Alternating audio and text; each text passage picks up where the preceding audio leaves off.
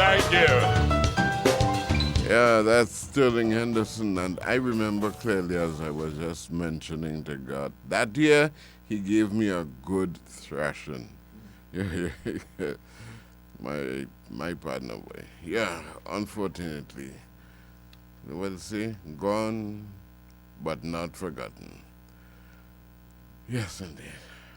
Anyways, we're gonna head out here now. Ion Dependencies next. We leave you with the sound of the TUCO with a song called Happy. That's the best we can do to try to keep ourselves sane. Am I making sense? Of course not.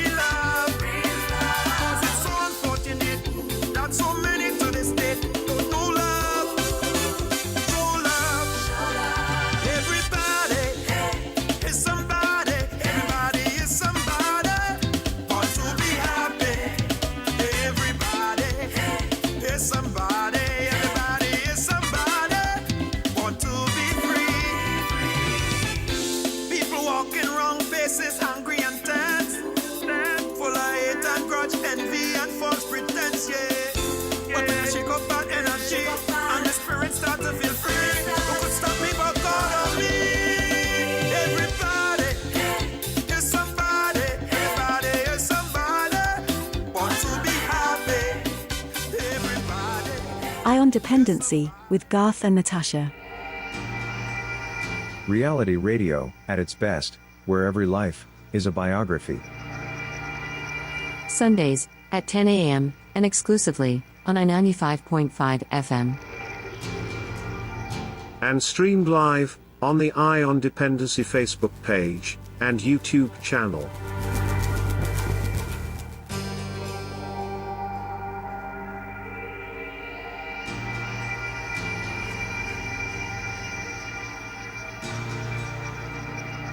Good morning, Trinidad and Tobago. Welcome to Ion Dependency. I am Garth. And I'm Natasha. Thank you for joining us on this Sunday morning, whether you're listening on I-95.5 FM or watching us live on Facebook or YouTube. Please like, comment, and share to help keep us on the air. Today we are turning our attention to Calypso, an art form that has carried our history, our culture, and our struggles for more than 100 years. But while Calypso has entertained and enlightened, it has also been misunderstood and sometimes even feared. With us this morning are some voices who live and breathe Calypso: Errol Bali Ballantyne, Roger Bodyguard Mohammed, and hopefully to join us soon, Eunice Peters. Together they'll be sharing their thoughts on the state of Calypso, the growing divide between members and the executive of TUCO, and what the future could look like for this treasured tradition. These aren't conversations of malice. These are concerns coming straight from the heart. Now, before we do that, however, we would like to pay tribute to our stalwart of journalism in Trinidad and Tobago. And broadcasting, yes. And broadcasting in Trinidad that and voice. Tobago. We have Sterling, doing this program today, folks, it sort of troubled me for many, many, many reasons. And it's only, unfortunately, I must say, eerily, when Sterling passed, when we got the word, I said, no, it's coming together. Because apart from Sterling, we worked together side by side doing outside broadcasts for years, from Independence Day to the March Gras. He would have commented or announced Bodyguard, Bali, and others coming on stage to do their performances. Sterling would have been interested in what we're going to discuss here today. If Sterling was working today, we're sure a couple items from this broadcast would have been carried in the newscast. Unfortunately, Sterling is no longer with us. So we are going to pay a little tribute. We're going to spend at least a few minutes at the top to pay tribute to this broadcasting giant. That booming laugh, that deep, rich voice will be missed. Yes. Indeed, he was a treasure to broadcasting. I loved working with him and I'll never forget him. This year, you're going to see we're going to play a live version of Sparrow's Memories, just about a couple minutes of it. And ironically, this video, and Natasha will give credit to the people who posted the video too as well. There's some videos, some shots of Mass and all of that in it. Sterling covered the Marche Gras. He covered King and Queen. He did everything with a microphone. And following that, we'll have a moment's silence for him, and then we'll press on with this program because Storm and Storm just played a Calypso with him paying tribute to Calypso. Yep. Ironic. This Very is so fitting. eerie. Very fitting. And Bodyguard and Bali is in studio with us already. And moment of silence, we'll ask everybody in studio to stand and keep the microphone silent as it went yesterday, as it happened yesterday. The mics went silent. Sterling was supposed to read the news and he wasn't here. So, Shortman, you ready? Let's go. Every year somebody dear give us cause to shed a tear and mourn, for they are gone. Now all that's left is a faint memory based on the theme of a strange melody. Still, we must think of them and recall their image with pride, telling people from deep inside, this is dedicated to those who died. But in this, I'll always remember jumping when I still band pass, playing mass, sugary, peppery, but was never ever one for class. But from Innis, wherever you are, compared just for you, I come out with real fire. La da da da, oi oi oi oi. Budo be the ba ba ba da ba ba da, budo do do do ya da ba da, tibi tibi do ba da ba da ba da. Ba da da da da da da do ya da, da ba ba da. Each and every one I know, some good day will have to go right back from where they came. But good or bad, we must try all the same, not to be too sad or heap scorn on the name. And every girl and boy who are sharing my sympathies, I must tell you this song is just dedicated to memories. George Bailey, I'll always remember jumping when a big band pass, playing big man. Piggery, he was never ever one for class. Junior, oh, wherever you are, brother, I come out with real fire this year.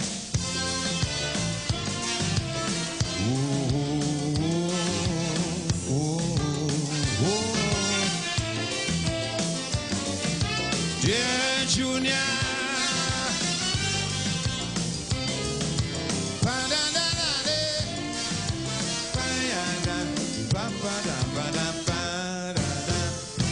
Thank you.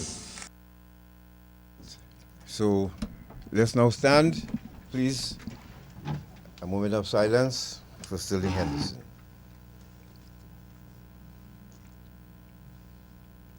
Go ahead, Shortman.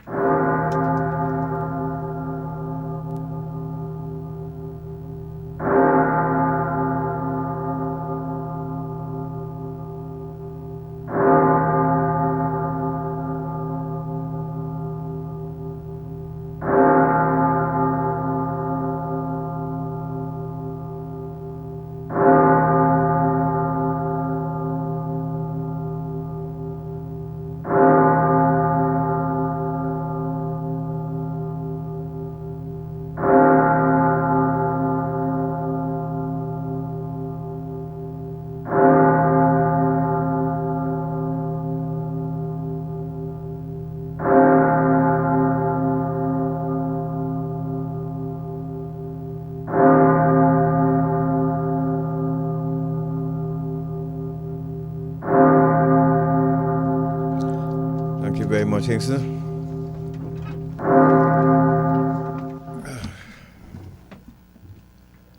And that, dear friends, was our way of wishing Sterling Henderson safe travels. You'll be missed, my brother. Trust me, you'll be missed. Gentlemen, good morning. Morning. And welcome to our Dependency. We never thought that we would have had you on our Dependency because Barry don't drink, you don't use drugs, neither does Bodyguard. But yet, people might want to know, well, what they're doing in the studio here today. Well, Tasha, you want to greet these gentlemen before we get into the meat of the matter here this morning? Well, certainly. I mean, it's always our pleasure to delve into these areas of national importance. We think Calypso is of national importance, and we are happy to host this conversation, this discussion about the state of Calypso and the state of the organization that is tasked with bringing it to the levels that it ought to be at. So we welcome Mr. Ballantyne, better known as Bali, and Bodyguard, better known, well, Mr. Mohammed, better known as Bodyguard, to share with us their thoughts and their experiences vis-a-vis the organization and how it has conducted its business. And hopefully by the end of today's show, we will have some clarity on what the issues are and the way forward. So welcome again, gentlemen. Thanks for having us. Thank you. And just for the record, I also, we also extended the same invitation to the president and for another Sunday to rebut or to state his side of it. And for the record, he declined the invitation because we wanted to give both sides an opportunity to state their case for the public. Bodyguard, Maria Bola, Bali, they have been doing press conferences and hosting the media on several occasions, but remember, these press conferences are not live. They are recorded. So the media, of course, will, and we thank them for supporting you all on this journey as well. But you wouldn't hear everything in the newscast. So this morning, we introduce Bodyguard firstly to explain, say the purpose of this interview, why we here be. Because as you can see, I'm very uncomfortable. We are, and but we have to do what we have to do. And you all are citizens of Trinidad and Tobago. You are Calypsonian. I'm a Calypsonian, and we have some concerned members over there. So why are we here? Well, morning, Garth. Morning, Natasha. Morning, Trinidad and Tobago, and by extension, the world. Before I answer your question, Garth, I too would like to take this opportunity on behalf of myself and my family to express my deepest condolences to the family and friends of Sterling Henderson, and condolences to the station I-95.5, where he was an employee for so many years. Sterling, I mean, although I did not know him that well, I would have met with him on a few occasions when he interviewed me and so on. Over the years, he probably would have introduced me on stage to perform and so on. But to say I was that close to him, I would be less than honest if I said that. However, I grew to know him well over the air. Being a news broadcaster, I used to refer to him as the man with the $1 million voice. To me, to my mind, is one of the richest voices that you heard on radio. So I'd like to say condolences to the friends and family and to the station I-95.5. Thank you, Lord. We are here this morning because we are troubled. I want to say I speak on behalf of the majority of the financial members of the Trinbago Unified Calypsonians Organization, TUCO. TUCO was created by an act of parliament, I believe it was in 1993. It's an independent body. However, they get their funding from the government of Trinidad and Tobago. And it's important for me to start with that point. And you'll see why as the program progresses.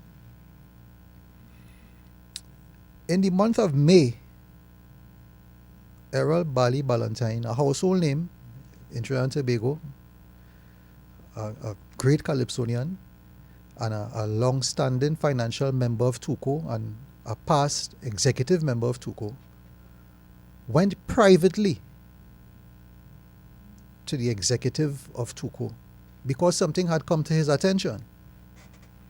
And what had come to his attention was that either in the year, I think it was 2024,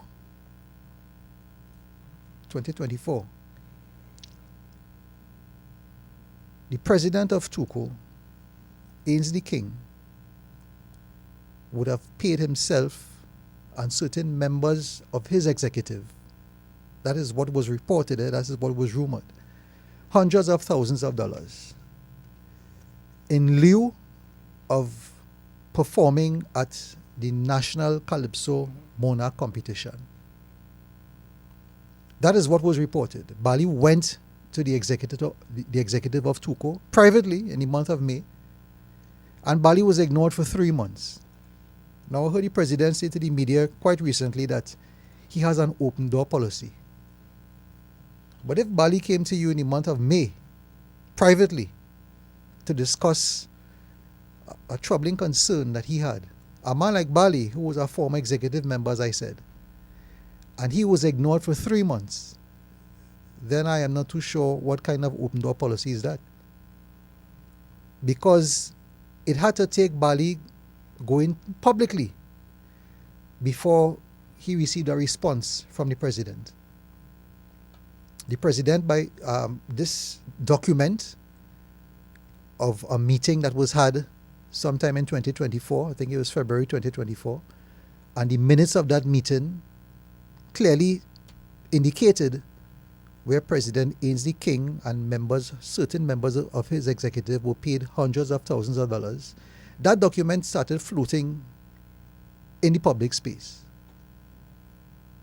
The president put out a release saying that the document was fake, and what the document entailed was fake. A team of us gathered at the Belmont Community Center on Saturday the 9th of August this year, and we had a meeting with about 63 members. The media was present, and on that same night, on both TV6 and CNC3 news, the president changed his tune. From saying that the document and its contents were fake, he made a 180-degree turn by saying that yes, these monies that are mentioned in the document actually were paid, but they were not paid in lieu of performance in the National Calypso Monarch competition. They were paid, firstly, in the sum of $350,000 as reimbursement to Ainsley King, who said that he is from Tobago and seeing that he is living in Trinidad, he had rent to pay, and at that time TUCO had no money, so he used his own monies to pay his rent. Can I stop you for a minute, please? Before we get too ahead, let's go to Bali and go back a bit, and by asking Bali, what really made you? How did you find out about this, and what prompted you to press forward with this? And then we continue it. I started hearing rumors, right? I spoke to a couple of members of the General Council, and they didn't know what I was talking about. So I wrote the General Secretary asking her about it.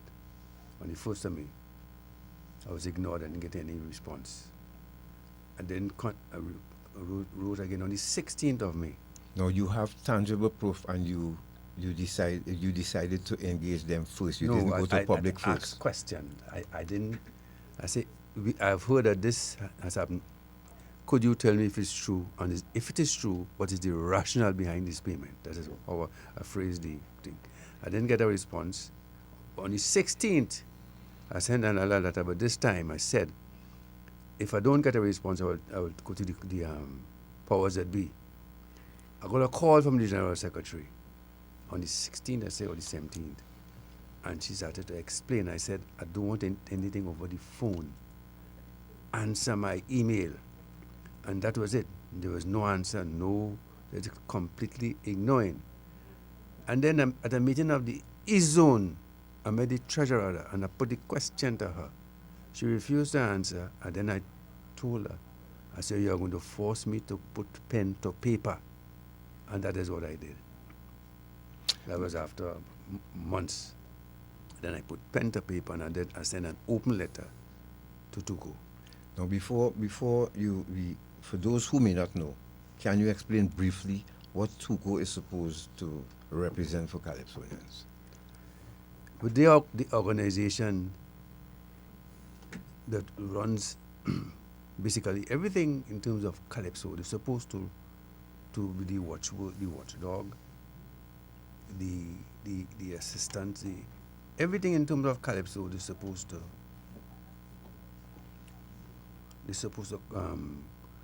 The body that governs Calypsonians.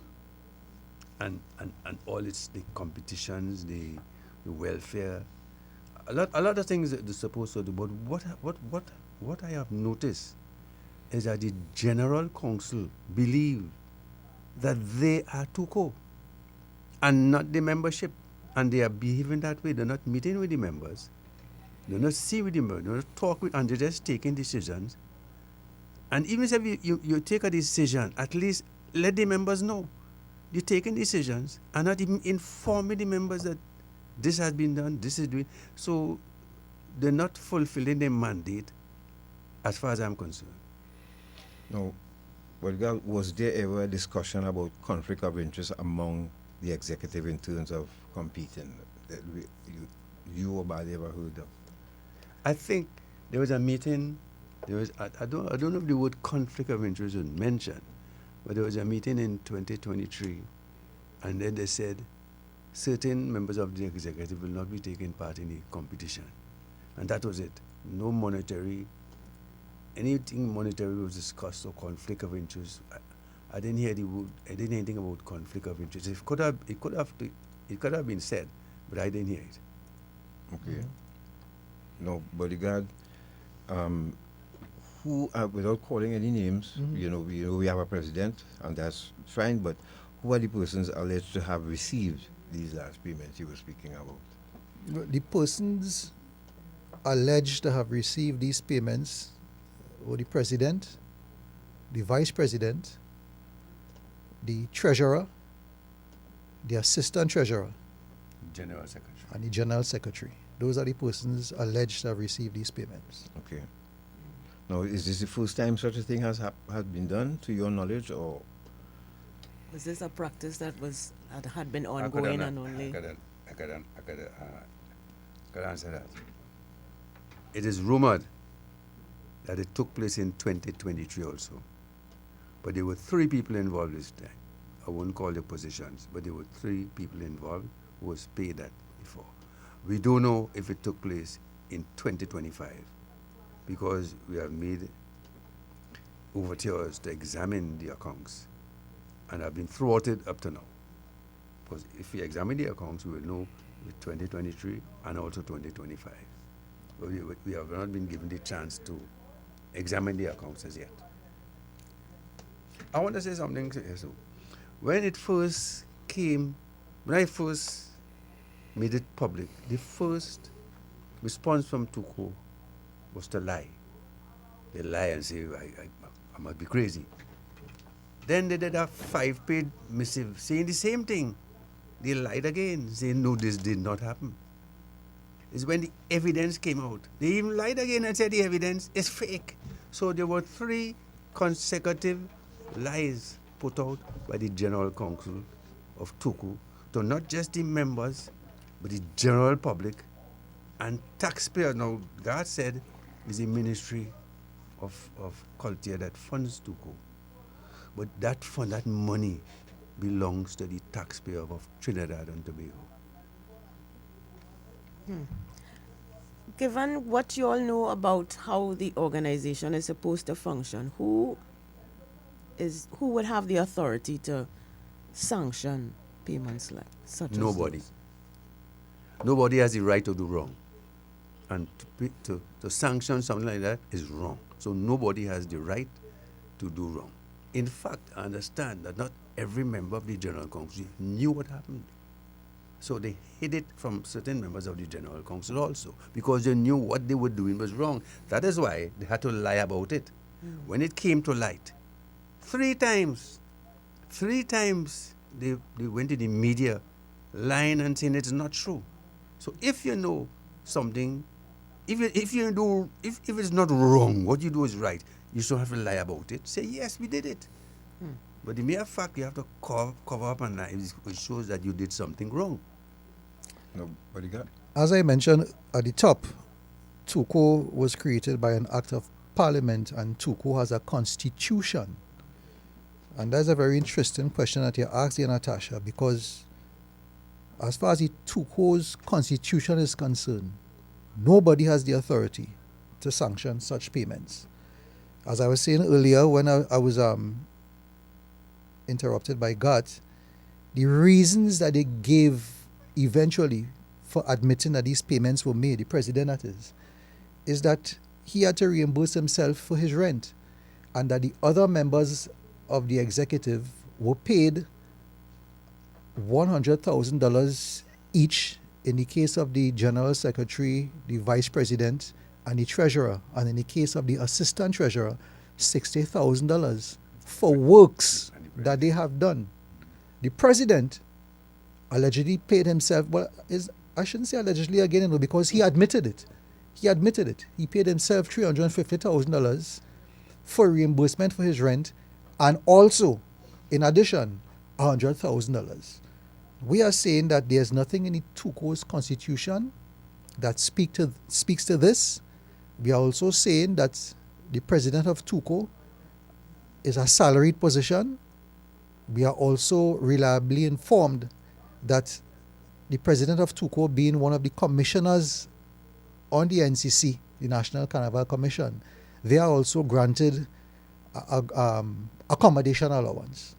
So you have your salary as the president of TUCO, and then you're getting a grant from NCC. So what was the need for you to reimburse yourself in the sum of $350,000 for your rent? It must be noted that Mr. King is from Tobago, but there's a TUCO office in Tobago. If the president chooses to be in Trinidad, that is a matter for him. But it's not as if he has to be in Trinidad to run TUCO, because there's a TUCO office in Tobago as well. So, the membership would want to know what really is the reason for these payments, and we know that he does not have the authority to make these payments. Now let me ask this. If you're just joining us, you're listening to Dependency, and we are in studio with Roger Bodyguard Mohammed and Errol Bali Ballantyne. And at some point in the program, we'll hook up with Eunice Peters online. She cannot make it to the studio. But as you speak about the membership, is that something that would normally be shared with the membership first before such a decision is taken? The membership would never agree to that. They know that. For instance, the general secretary's salary is $9,000 a month. But for 3 weeks' work, you get a whole year's salary, which is $100,000 plus your 9 months, plus your $9,000, $109,000. You get for 3 weeks' work, you get a whole year's salary for 3 weeks' work. The treasurer, I think it's about $7,000. You get more than a year's salary for 3 weeks' work. But that is one of the excuses he gave. The other excuse he said that precedent was set in terms of 3 former presidents took $100,000 to not compete in the competition. So, which one is it? Which one is did you take the money for not competing, or did you take this money for 3 weeks' work? And the next thing, if you don't take part in a competition, as I understand, I don't know I don't think he ever take part in the national. That's the president I'm talking about. In the national Calypso Monarch competition. Why should you pay yourself to not take part in the competition? If you don't take part in the competition, this is insane. Now, is the executive salaried, as you all know? Yes, not all the members of the executive. Some receive a stipend, but we are sure that the full-time members on the executive, which is the president, the vice president, the general secretary, and I believe is the public relations officer. They are salaried positions. Okay. In addition to what Bali said, and hence the reason why the membership would never have agreed to this ridiculousness, because the finalists in the March Gras competition, the finals of the Calypso Monarch competition, the March Gras night, the unplaced contestants, I think it's from 5th place to 12th. 6 to 12. 6 to 12th. They receive $45,000. So just imagine you reaching the final of the Calypso Monarch competition. You didn't place in the top 5 and you were paid $45,000. And people who probably never even sing a line in Calypso were paid $100,000 and $60,000 respectively. So the membership would never have agreed to something like that. I want to go back a bit to the previous question about information that is shared with the membership. Have you ever been, as members, been privy to the financial dealings of the organization, or is this the first time that you have had concerns about how the money is being disseminated? A financial report should be prepared before they go to NCC. I don't think they have done for years. When we ask the city accounts, they say they're doing an audit. So we understand that a couple audits have not been prepared. But I know at the AGMs, you get a financial report. Members are given copies of it and they read it and they go through it, right? Sometimes you find a fault in I found a fault once, and I told the auditor was there. I said, this is wrong. This is not right. I still have the copy of that home, but it's supposed to be presented to the members in the E zone where I am from. The E zone, we get a presentation every year from the treasurer. Okay. That is the zone. So if the zones do it, then why the general council supposed to do it for the overall finances of TUCO? Now, before I go on to my next question, that I think I should table, the word, since you all started, is that you all have a problem or you all have a vendetta against the president of it. Is that true? Would you like to clear that up before we press on, please? And as I always say, there's only one Calypsonian I wouldn't assist. But if I go down the road tomorrow and I see somebody hitting Ace the King, Grass Commander, or anybody, I buy any fight. That is my president, you know. I endorsed him, I supported him and he has done a couple things that I commend him for. He's the first president I see take money out of the pocket. He wasn't president yet, and give shows for veteran Calypsonians. He also gave laptops to people. I'm not sure if it was members or what. He has done good. So to say I have something personal against him, no. But I always say if I have a friend and he's doing something wrong, and I don't tell him he's doing something wrong, I'm not your friend. So if Ace the King is doing something wrong and I don't tell him, I am not his friend. And I believe he has they and the General Council have done something wrong, and I go tell you. Right. Period. I have nothing personal against him. As I said before. About you? So I see somebody eating Ace the King, I bind out. I'm a president. I hear you. You know what I'm saying? Yeah. He's my president. Understood. Well, Bali referred to Ace the King as his friend. I am not that close to Mr. King. I would have met him personally on a few occasions, but I do not know Ace the King personally. So I cannot have a vendetta against Mr. Easy King.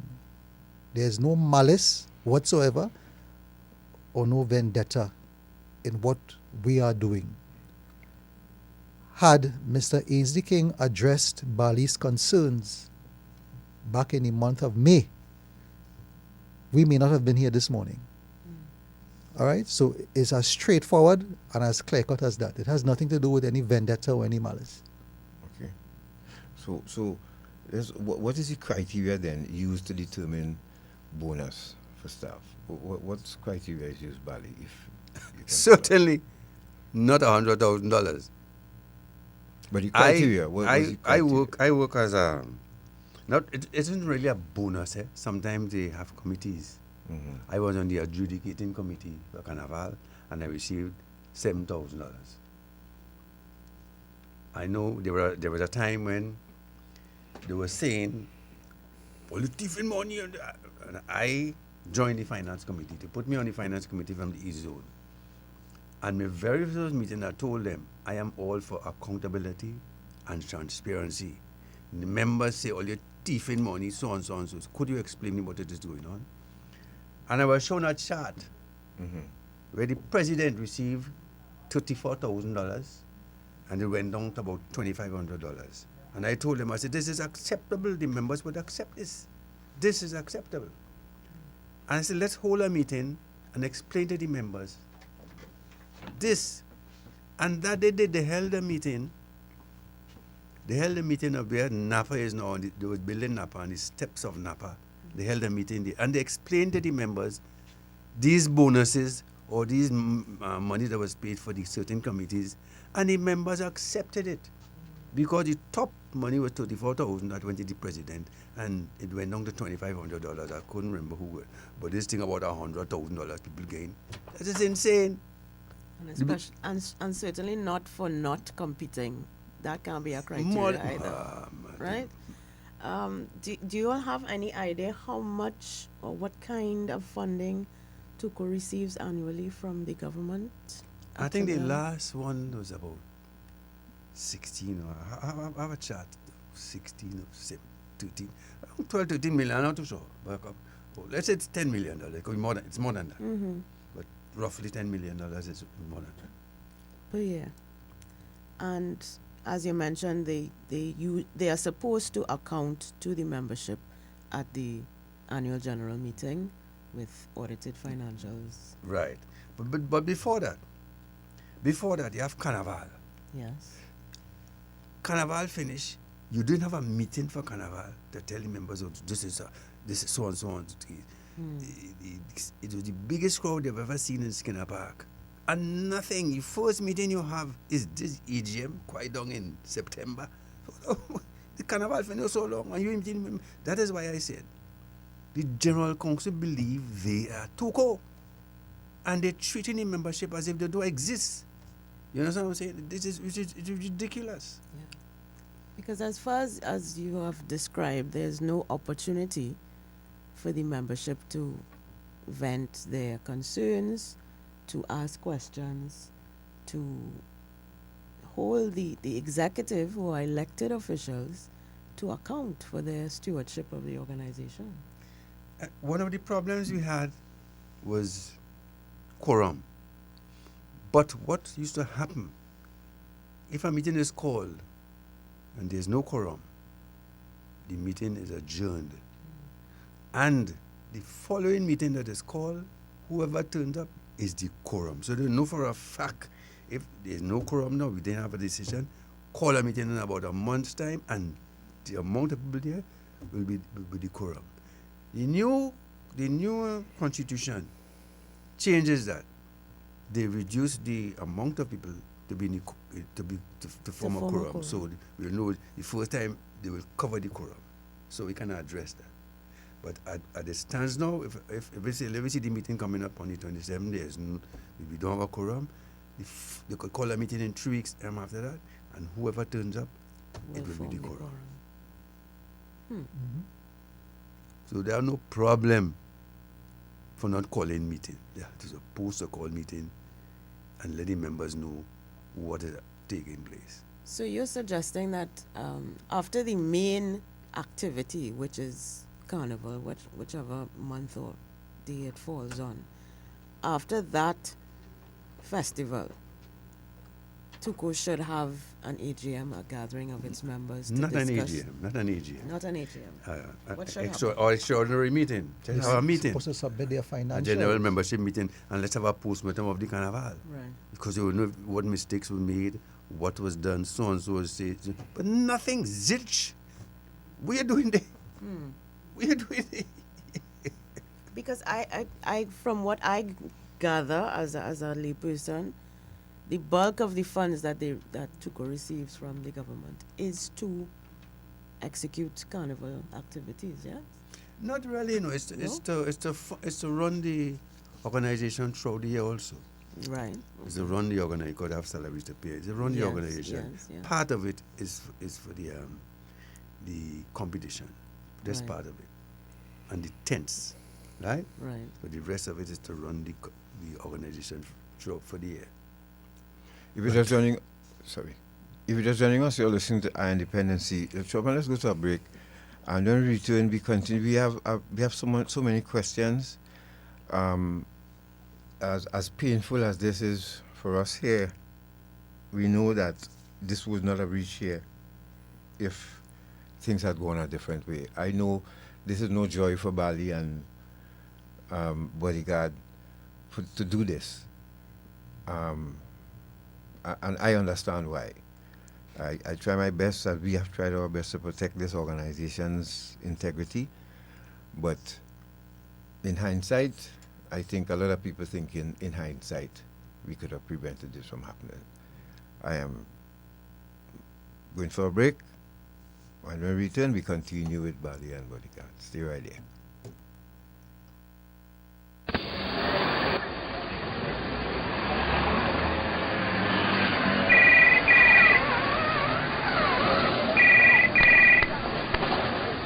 Hello?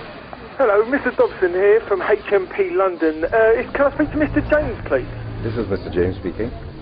Thank you. Can you hold the line? I have a call coming through to you, sir. Sure. Hello, Daddy. Hello, yes, Brian? Daddy, I'm just calling to tell you that look up in the UK for drug trafficking. Oh, yeah? You lock up? And you tell me I was going to Tobago? And I tell you about them boy I was liming with? Well, all right. Don't drop the soap. Carry on. I on Dependency. Reality radio at its best every Sunday on I 95.5 FM. Slavery, a terrible time in our history. The kidnapping, buying and selling of people for profit, the exploitation of another human being. It still exists today. It has a new name: human trafficking. Anyone can be a victim. There is forced labor, sexual exploitation, and domestic servitude. Human trafficking is a worldwide problem and an emerging concern for us here in Trinidad and Tobago. If you know of or suspect human trafficking activity, call the counter-trafficking hotline at 800-4CTU or 800-4288. Human trafficking is a crime. Identify it, report it, stop it. A message from the Counter-Trafficking Unit of the Ministry of National Security. Calypso, Calypso, Calypso music. More than 100 years, Calypso has carried our stories from our shores to the world. But while it has entertained, inspired, and challenged, the art form and the Calypsonian have sometimes been misunderstood, even feared. This Sunday on I on Dependency, Garth and Natasha sit with Errol Bally Ballantyne, Roger Bodyguard Muhammad, and Eunice Peters. Together, they raise real concerns about the growing divide between membership and executive and what the future might hold for the Trinbago Unified Calypsonians organization. Their voices come from a place of love for the art form, not malice, as they speak out on behalf of those who care deeply about Calypso survival. rival. Listen live from 10 a.m. on I-95.5 FM or watch live on the Eye on Dependency Facebook page or YouTube channel. The Counter-Trafficking Unit, Ministry of Homeland Security brings you Eye on Dependency. We don't just share stories, we change lives.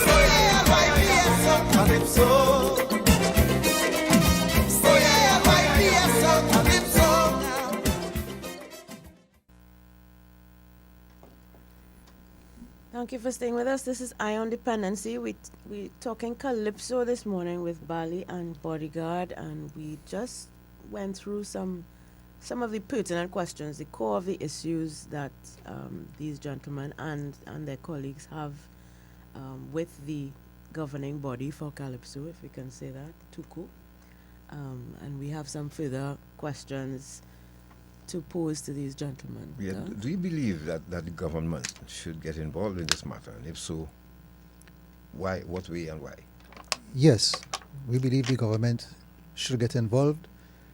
And incidentally, a few weeks ago, I heard the Honorable Michelle Benjamin, Minister of Culture and Community Development, say publicly when this dilemma had just started, that TUCO is an independent body, yes, but it receives its funding from the government of Trinidad and Tobago. And the minister went further to say that seeing that TUCO receives its funding from the government, she expects the highest level of transparency and accountability. And we want to let the minister know this morning that the members of TUCO have not been receiving a high level of transparency and accountability. None for that matter. No. Much more for a high level. We have not been receiving any. So we have already written the minister asking for an audit to be done of TUCO. We have not been responded to as yet, but it is our hope that the government will get involved, because we're talking about taxpayers' money here. We're talking about taxpayers' money here, and we want to ask the National Carnival Commission this morning, if it is that TUCO has not been submitting its financial accounts over the years, how have they still been able to get subventions from NCC? We want to know, as financial members, these monies that President Ainsley King has admitted to paying himself and certain members of his executive, was the NCC aware of that?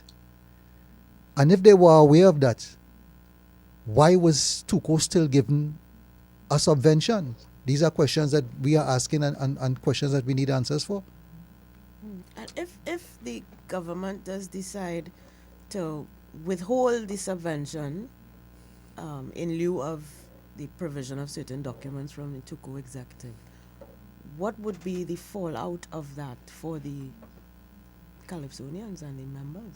Well, we expect that there will be fallout, but let me be the first to say that nobody is going to send Bodyguard on any guilt trip or use any reverse psychology on me, because as I said earlier, had Bali's concerns been addressed when he first approached them, we would not have been here. We are doing what we feel needs to be done. And it's time to change the status quo, because this has been going on for too long. No, here's one thing I must say, no matter what side of the fence you're on, this government has been good to Calypso too as well. They have been. The first $2 million, they have been good. They have been good to Calypso. Yes, they have. No, I'm serious. Yeah, they have been. I mean, the first $2 million was from this government when I think it's Corinashi had won that $2 million. Calypso, I think the Panorama too. Right, yes. And the Act of Parliament. And the Act of Parliament. No, but let's talk about the books. You all... Before we go, I want to say something. The subvention is a given by law. Because of the Act of Parliament, they have to give a subvention. They could reduce it. They could reduce it. Yeah. But I think it's a must. I think they must give the subvention. As an act, because of the Act of Parliament. They will be able to hold it back for a while and ask for explanations and all these things. But in terms of stopping it, I don't think it's lawful. Now, you all asked to see the books. How is that going, the attempt to get to see the books? Well, the first thing they said, they have an audit. Right? No, that's in the Constitution. They say they have an audit. And we had listed 7 things. They refused 3. We got legal advice and we get the lawyer to write them. They say not only did we ask to examine the books, but we also cited the Freedom of Information Act also. The last correspondence we got from them is that they rejected the Freedom of Information Act. They say they are not a public body to give any freedom of information, right? The latest move is going. I won't be able to say the latest move over here. What we're going to do, but we are taking steps to address that also. We are taking steps to address your latest reply to us, because what they're really doing is stalling. If you have nothing to hide, why are you hiding? That is the bottom line. We received a letter from TUCO. There's been an exchange of correspondence between our lawyers and TUCO's lawyers. However, the last letter we received from TUCO, it was sometime last week, I believe, where they are bluntly refusing to make their records available. And as Bali said just now, as he asked the question, if there's nothing to hide, why the reluctance? Why the hesitancy to produce these documents? And what we found also very interesting is that this last letter we received from TUCO, prior to that, we have been receiving letters from the attorney. However, this last letter we received from TUCO was signed by one Shirlene Hendrickson, the General Secretary. Now, we don't know if Ms. Hendrickson was admitted to the bar last week or within the last 2 weeks, but to the best of our knowledge, she's not a lawyer. So we found it very interesting that this letter, this legal letter, was signed by Ms. Shirlene Hendrickson, bluntly refusing, it was very dismissive and arrogant in tone, bluntly refusing to make their records available to the TUCO membership. Joining us, you're listening to Dependency, and we are painstakingly discussing this issue here this morning because of, and for the record again, those of you just joining us, we extended, and it's still open to him and the members of the executive to represent as well. We just given both sides an opportunity to clear the air, something that has been in the public domain for quite a while, and it's really a heavy weight that is being carried, especially by this group of people. And me as a practitioner, it's really painful just discussing this here this morning. But like I said, we live in a democracy, and these gentlemen are just exercising that right in a democratic society. God, you know what is sad? In 2007, the General Council breached the Constitution. They did the rig a competition. They rigged the semi-final, the General Council. Now we have the General Council here being called into question again for misappropriation or whatever, funds or whatever. But what the Constitution does, the Constitution protects the General Council. If a member of the General Council is accused of something, it's the General Council, members of the General Council, who have to deal with it, right? If a member wants to take the General Council to task, we have to have 60% of the membership in order to do that. But if the General Council dealing with itself, which is about 3% of the membership, they could question themselves and they could hide, they could do whatever they want because they are protected by the Constitution. And that in the Constitution has to change, because it is the General Council that has done TUCO wrong in the past and believe in the present. And that 60% has to change. That 60% in the Constitution has to change because they will continue to do wrong thing, and the only way to get legal is the only way to get them is to go to court. For the record, how many persons comprise the General Council? 21 members. They have the 21. elected officials Mm-hmm. and 2 members from each zone. From each zone, right. Okay. Let's. The organization supposed to have trustees as well, right? How did this happen, and were the trustees involved in these decisions? Well, there's supposed to be an annual general meeting next Saturday, I believe it is, and that is one of the burning issues that we propose to raise at this AGM, because for some time now, it would appear as though there are 2 trustees, and it would appear as though they have been sidelined, for want of a better word. Okay. Because we understand that checks are being signed by other persons other than the trustees, and that is one of the core functions of the trustee, to sign checks on behalf of TUCO, and that has not been happening. So you see, there are a lot of issues that really need to be resolved, and the overarching point is that there has been a lack of communication and consultation with the membership. The president, unfortunately, Mr. Easy King, seems to be running TUCO as if it's his private business. As if, I know his surname is King, but I don't know if he feels TUCO is his dynasty, where he run it as though it's his kingdom. He has not been speaking with the members, and I want to refute his statement that he has an open door policy. That is not true. He has been making autocratic decisions, unilateral decisions, and he has not been consulting and speaking with the membership. When he is forced to, he goes public and he speaks about the membership. So when he has to respond to us, he don't speak with the members. He will go on social media or even the mainstream media and speak about the membership.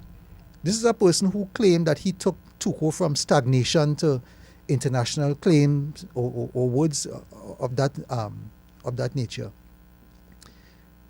A.N.Z. King has been the vice president of TUCO since 2013. He became president in 2021. So he was the second person in command for 8 years. So when you say that you have taken TUCO from stagnation to international acclaim, what were you doing for the 8 years as the person who was second in command in TUCO? And sometimes he was the man in command. In the absence of the president, he was in charge. Do you really want us to believe that you had no real part to play in the major decision making of TUCO as vice president for 8 years? We want to say to A.N.Z. King this morning, stop insulting the intelligence of the Calypsonians and the public of Trinidad and Tobago. I want to add here again, the treatment of the trustees is so unconstitutional. And the trustees are not standing up for themselves. They don't know their power. They don't know their authority. In no way they should not be signing checks. That is so unconstitutional. So I don't know who come up with that foolishness that is being perpetrated on them. So let me get this clear, that any checks at all, whether it's for a box of toilet paper or to pay the Calypso monarch, well, not the Calypso monarch because that check comes from somewhere else, but you know what I'm talking about. Any spend from the organization, the trustee there must be a signature from trustee. Let me or answer trustees. answer it this way. When they come in the lockup, the people in the lockup first is the trustees. Say that in the mic The again. people that are lock up first is the trustees. The people who, when they come into jail, the people who just go first is the trustees.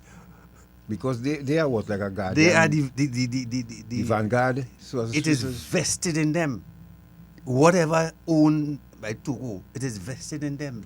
They are the ones who have to account for it, not the president, not the general secretary, the trustees.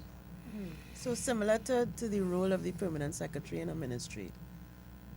Who permanent secretary whose signature is on every ministry check.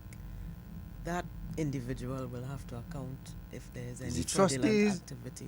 Yes? If I were a trustee, he can go assign blind me and tell me I can assign checks. He mad? But gentlemen, is there a policy or agreement that you are aware of that would cover accommodation for any member of the executive? Has that ever been a thing in the past? Well, as I alluded to earlier, we are reliably informed that the National Carnival Commission gives grants to the commissioners on NCC for accommodation. Right. We have been informed that that is so. And as I said earlier,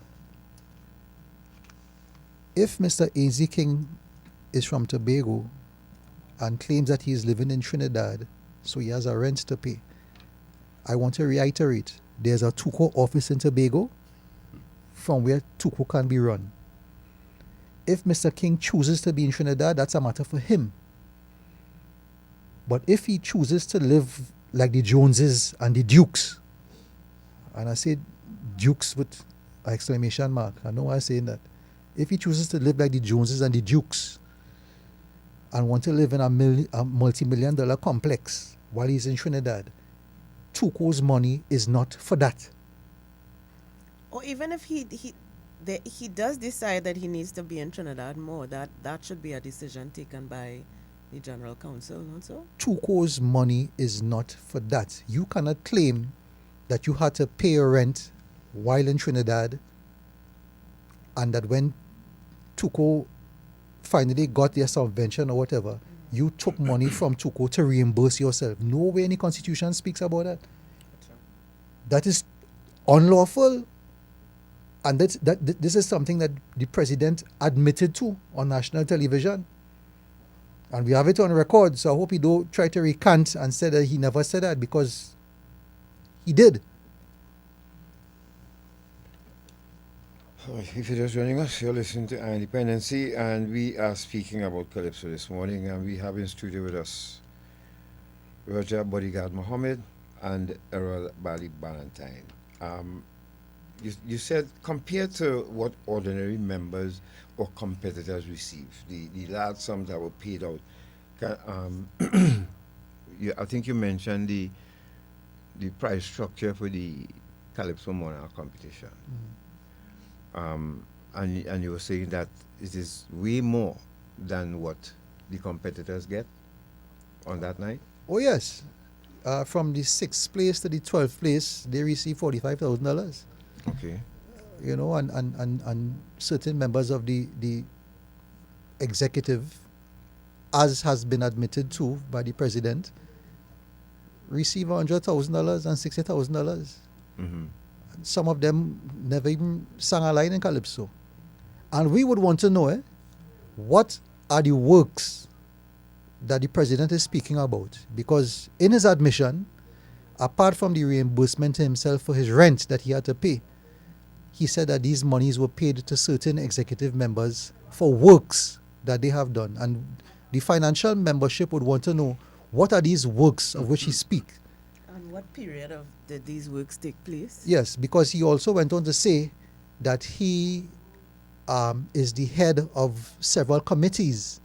And one of those committees, he said that he was in charge of logistics at the Skinner Park for the Calypso Fiesta competition. So the question is, who appointed A.Z. King to that position? We're asking questions. Is it a case that Mr. A.Z. King is appointing himself to these positions and paying himself for these quote-unquote works? Who appointed Mr. King to be head of logistics for Skinner Park? Who did that? And what qualification he has to be? What qualifications does he have to be in charge of logistics? Who is making these decisions? And the membership we are tired with the unilateral decisions and the autocratic decisions being made. The membership got up one morning and heard that the TUCO office was moved from Jerningham Avenue in Belmont, which is literally next to the Queen's Park Savannah, the Mecca of Carnival, and relocated to number 5 Rosalino Street in Woodbrook. We just got up one morning and heard that. No consultation with the membership. What were the arrangements involved in this relocation? This new building on Rosalino Street in Woodbrook, is it that TUCO bought the building? Is TUCO renting the building? Is the building under lease? And if it is under lease, in whose name is this lease? Is it in the name of TUCO or Ainsley King? These are the questions that the membership need answers for. And we have not been spoken to or consulted in any form or fashion with these major decisions. And these are decisions that affect all the members of TUCO. Could you elaborate a little bit on that in terms of the ramifications of these decisions on the membership? Respect. Lack of respect. You're supposed to respect your membership when you're doing things like that and let them know. As I said before, the General Council believe they're behaving as if they are TUCO. And they are the membership doesn't count. That's how they're behaving all the time. And as I said, on Jerningham Avenue was literally next to the Queen's Park Savannah, which was a lot more convenient. When you move the office and you carry it quite down to Woodbrook, in making a decision like that, don't you think that at least the membership of the organization should have been consulted before such a move? So in a sense, what you're saying is that the gentleman is not a bad president. It's just that there are decisions that are being made that are questionable, and you all just seeking answers for that. Is that the best way to put it? Bali? Well, me ask, yeah? No, I'm serious. I'm serious. Because they take advice from fools. Now, what changes let's look at the Constitution. What changes to the Constitution would you all like to see addressed? Because I know there's an issue with some of the things constitutionally, the decisions being made. Anything to do with to discuss that part of the Constitution? I have two things to point out here now. In terms the part where the executive are the ones the power vested in them to accept new membership. That could be manipulated, because if they believe this new person would not vote for them, would not be on their side, they could refuse membership. I would like to see something like a certificate of good character or something like that be instituted, that so it does not fall on the executive to accept you, but your certificate of good character. That's one of the changes I would like to see in the Constitution. The other thing is the discipline for the General Council or General Council members should not be vested in 60% of the membership. That should be cut down to about 10% or some other way that should be addressed. Membership. Who is only the executive to choose somebody to be a member? Right, that's it. Instead of the executive choosing somebody to be a member, it should belong to a certificate of good character. You understand what I'm saying? It shouldn't be vested in the membership, the executive to decide who should be a member of TUCO or who should not be a member of TUCO. You understand? Because if, let me say, bodyguard was not a member of TUCO and he come to join next week, they ain't go take him. Because they're going to know he ain't voting for them. So in that regard. Okay. Yeah. So in other words, the you see, as it stands now, if the executive are the only ones vested with the power for somebody to become a member of TUCO, then the election will always be in favor of the incumbent executive, because it would mean that they will select, obviously, people who they believe will vote for them. Okay. All right. So, Okay. I mean, and I want to go back to a question you asked earlier. I gave Bali the opportunity to answer the question first because, as I said earlier, this is not about malice. This is not about any personal vendetta. I do not know Mr. King personally. But you ask the question if he's a good president or if he's not a bad president or words to that effect. And I, Roger Bodyguard Mohammed, want to say here this morning that, in my opinion, Ainsley King has not been a good president of TUCO. And I'll tell you why I say that. TUCO has declared this year, 2025, the year of Calypso. The year has almost ended. We're in late September now. The calendar almost in October. I want to ask you, Natasha, this morning. Have you heard or seen anything extraordinary about Calypso for this year so far? 8 months have gone. We're into the 9th month. The 9th month has almost ended. Have you seen or heard anything extraordinary about Calypso? Well, apart from the Apollo... That was last year. Oh, that was last year, right. And this year, just recently, Canada was on the front line. But apart from that... Nothing. No, I remember, and I was looking forward to some things. There has been nothing. We had a recent meeting with the North Zone, and I had to say to the executive of the North Zone, to me this year more sounding to me as the year of the pan, because all I hear and seeing is about pan.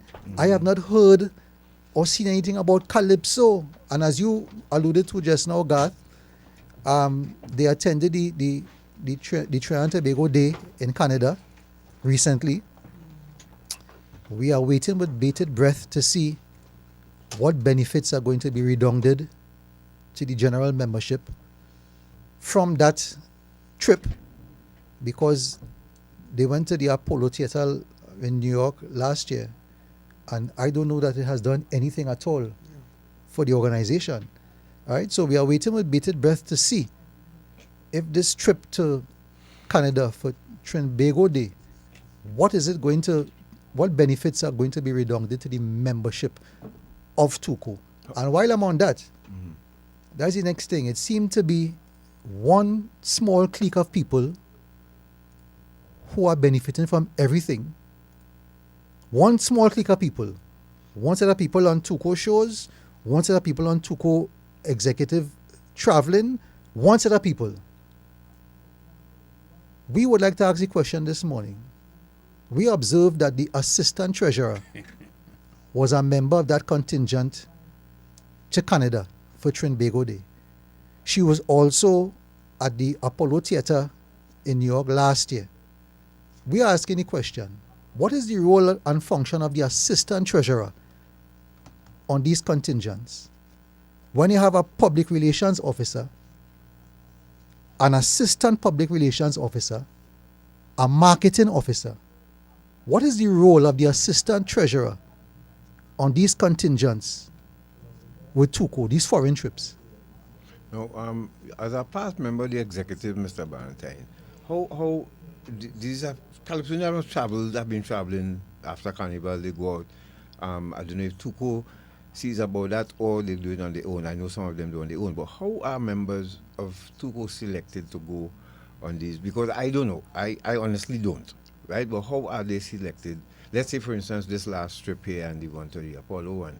How in your mind? Well, this should go on the ruling monarchs, the availability of so-called monarchs.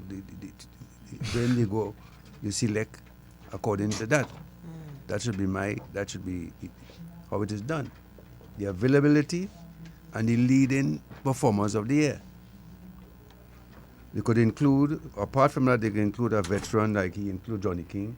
Right. I could understand that. So you mix your thing, but I don't know what they do. Johnny International, so I mean that's Johnny's our boss. Yeah. But the criteria though as well, because this is my personal opinion here, and one Calypso I would have loved to hear on an international stage is that youngster, Calypso to the world. What's his name? Tazea? Yeah. That and no, this is why I asked the question, was he criteria? Because he didn't go.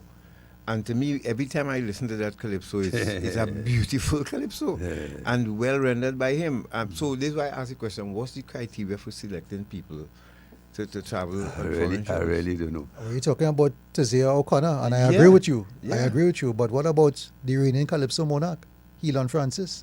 Helon Francis had a song last year that he can sing in any part of the world, a song called Mighty. Right. That's a song and a half.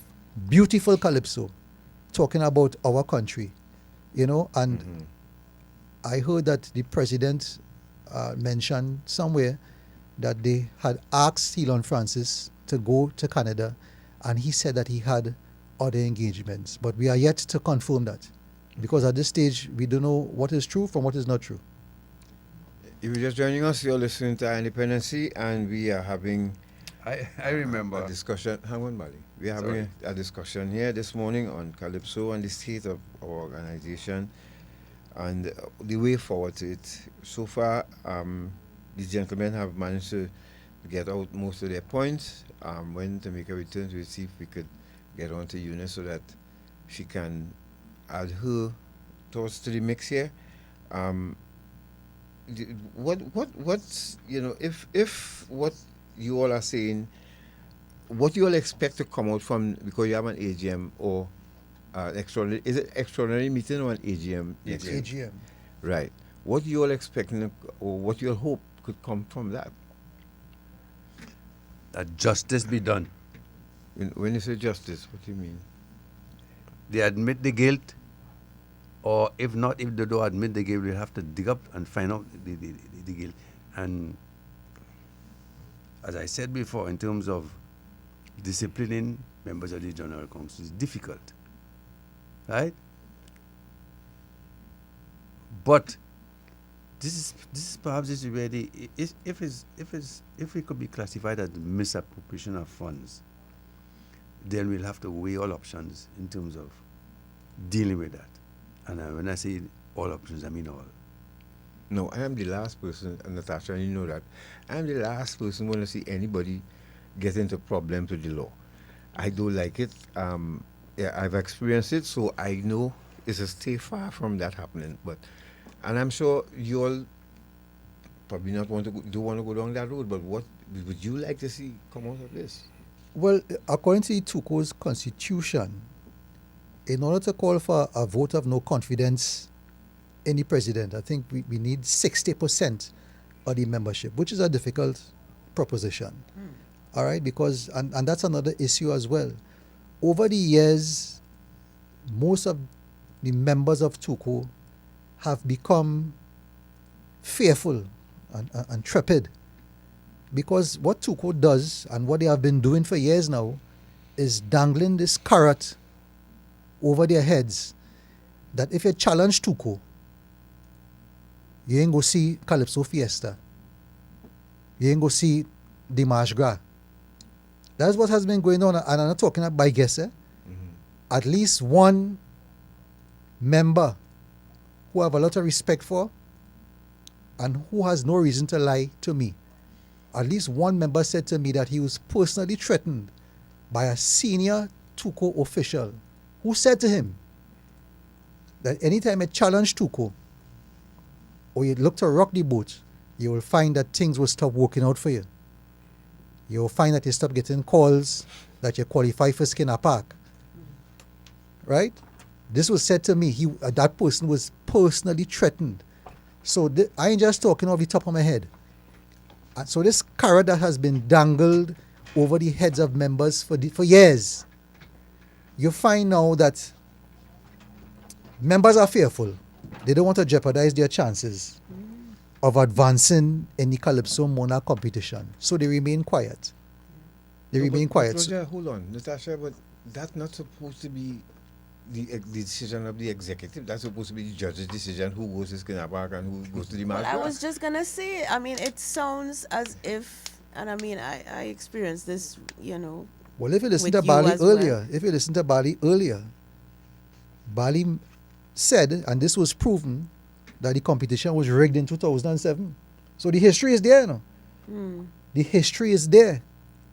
In 2007, several people were placed into the Calypso Fiesta competition in Skinner Park who the judges did not put there. That is a fact. Look, Bali sit down here. Bali held a meeting at the Mascam pub, the then Mascam pub, in October of that year. I was there with him, right? So this is not the first time I'm coming forward. I was there supporting him on that occasion as well. And it was proven that the results were manipulated for the Calypso Fiesta competition in 2007. So with all this history, members are acutely aware of what could happen. The possibility exists. Yes. We're not casting any aspersions on the judges or anything like that, but what we are speaking here is factual. But this has happened. Isn't it an indictment on the industry, so to speak, that the only means of earning an income from this art form is to either get in a tent or to make the semifinals of the Calypso Monarch? That can't be the only two avenues for Calypsonians to be able to express themselves and earn a living from what they do. It is not. A lot of Calypsonians go and do a lot of shows all over the place, so it's not just the BN. How do I say? Be all and end all. Right. The Calypso Monarch. But what happens at Bali, Bodyguard, and this is where I remember I experienced it as well.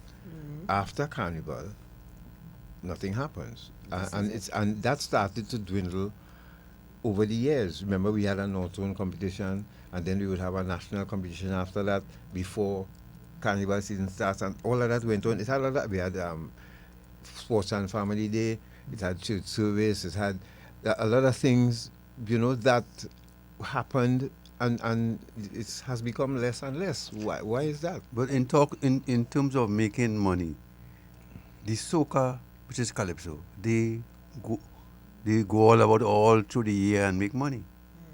They make money all throughout the year. The voice. You ain't getting chance to sleep. Nadia Batson, and they go all about and make their money, and that is Calypso. Yeah, but okay. Although the president said there's no difference between Calypso and soca, I mean that is debatable.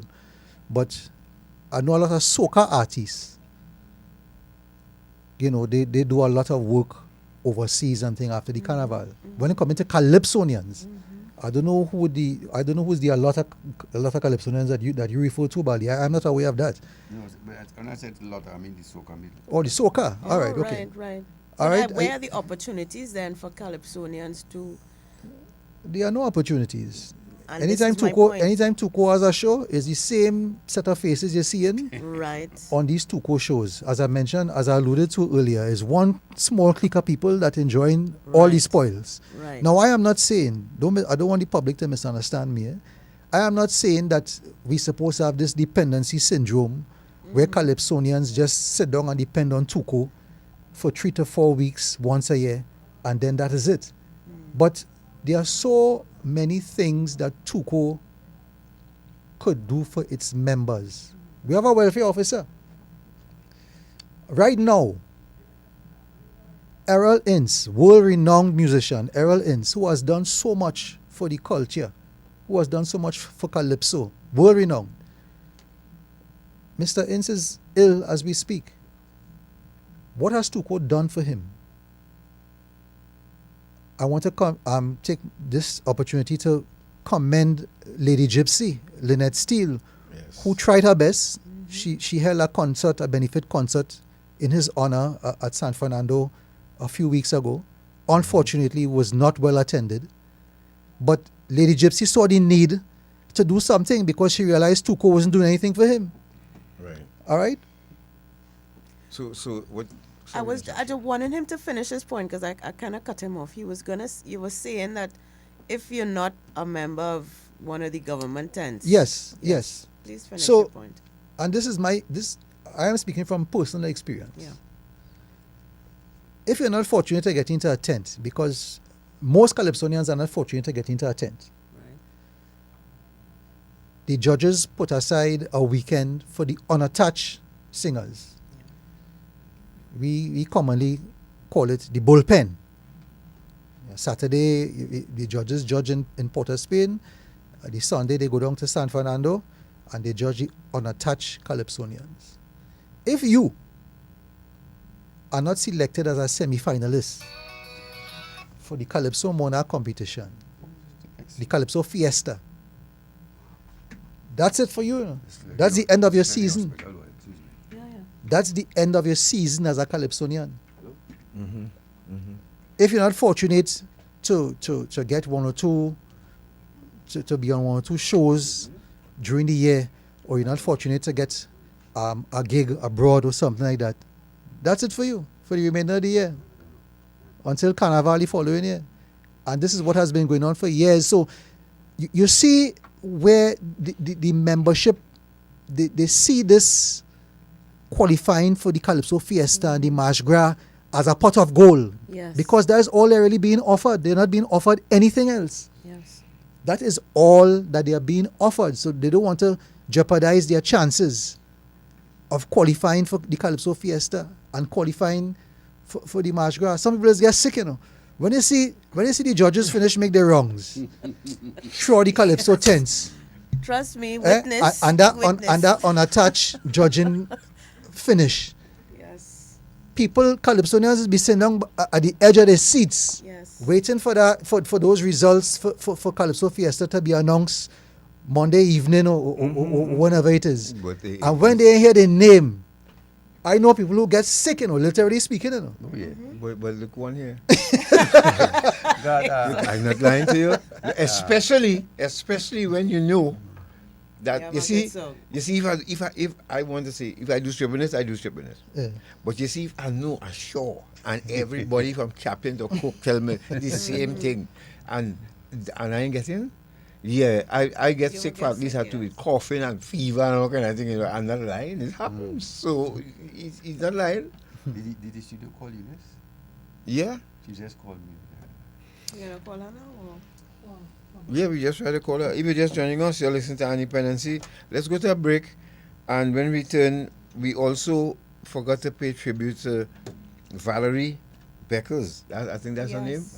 That is Flag Woman. Yes, the original Sugar Boom Boom, you know, and Flag Woman. She passed away too. You know, they really say it's going trees, eh? You're whiter than you. Yeah, it's weird that you know, she would have, but she left us too as well. So we just want to say condolences to Colonel Roberts and his family as well. Yes. For the loss of your mom. She was an avid Calypso supporter as well. She, you know. Yes. You'll remember Valerie. Of course. Yeah. Of course. Yes. Colonel Roberts' mother. Yes. Right. Remember. So let's go to that break, and when we return, I think we have Miss Peters on the line, so we'll hear from her, and then we have, you know, in keeping with our mandate, we have something to show you that happened in downtown Port of Spain, and again, we have two examples to draw from that, and hoping that if this person is caught, we would like to suggest what happens. All right, so stay right there. You're listening to Independency. We'll be back.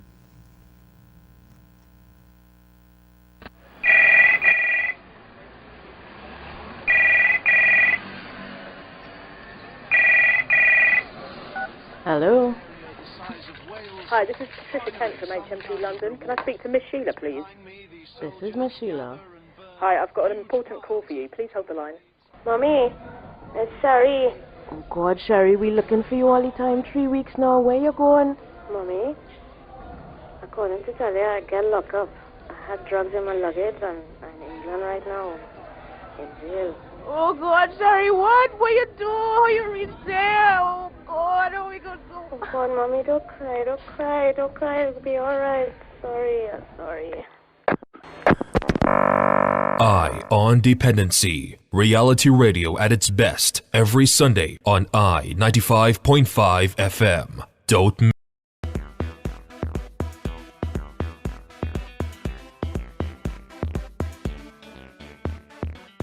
Ah, boy. I feel I'm gonna buy myself a senorita tonight. Nah. You know you might be promoting slavery. Slavery? What you talking about? Hey, modern day slavery or human trafficking is just what some of these people just do. You know some of these women were tricked to come here? Some are held against their will, abused, and even beaten. Most times the girls don't even see any of the money that is paid for them. And every night, they just have to come out looking nice and sexy for somebody like you. Human trafficking is a serious problem and a serious crime. Persons who solicit commercial sex services may be contributing to human trafficking. A message from the Counter-Trafficking Unit of the Ministry of National. Hello, my name is Raquel, a trainee inmate at HMP Drake Hall, Staffordshire, England, and you're listening to Iron Dependency with Garth and Natasha. Please, people, don't traffic drugs. The money is all that nice. It's not worth it.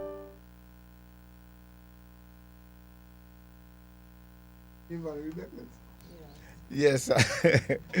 Oh, Lord, Father. Our apologies, Valerie Our Green, apologies, Valerie to the family and friends and loved ones of Valerie Green. Yes. Who passed away this weekend as well. Yeah. And my phone ringing off the hook. From the time we went to a break, everybody corrected me. So, yes. Thank you, Papa Jip, Shoba, and everybody. All right. So let's let's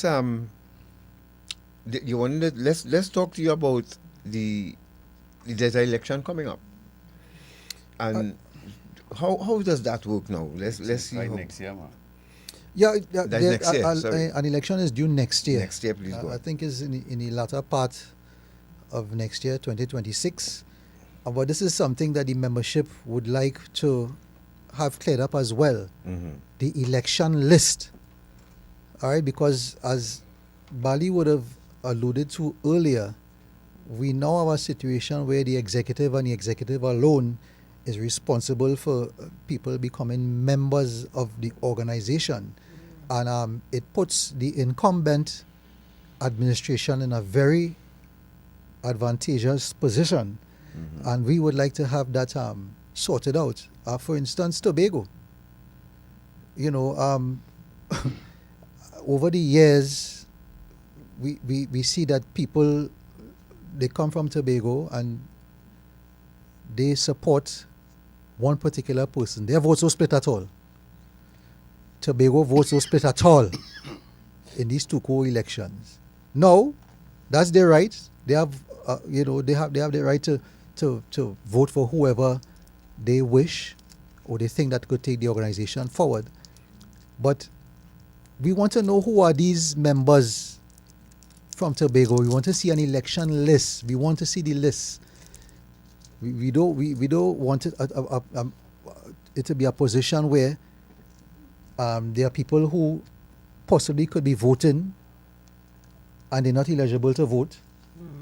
You know, we want to see an election list for all the members, Tobago and Trinidad. That is something that the membership would like to have cleared up way in advance. You see, here only we're seeing it. An election is due probably in the next 12 months. We're seeing it from now. We want a sanitized and updated election list for TUCO members, people who are eligible to vote, financial members.